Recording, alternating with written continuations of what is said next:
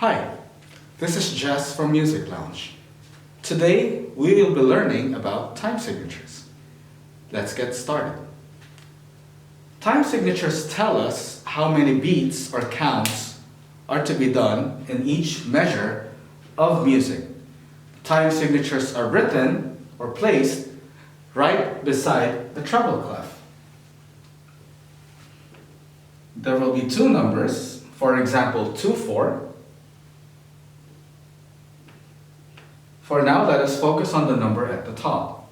That number tells us the number of counts or beats in this measure should be 1, 2, 1, 2, and so on for the rest of the music piece. A 3/4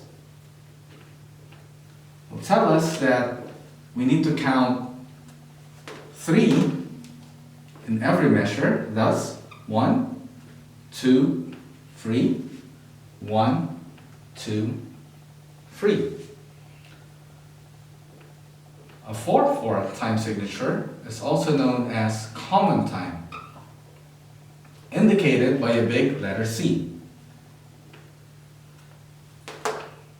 This tells us that we should count 1, 2, 3, 4, 1, 2, 3, 4 for each measure of music.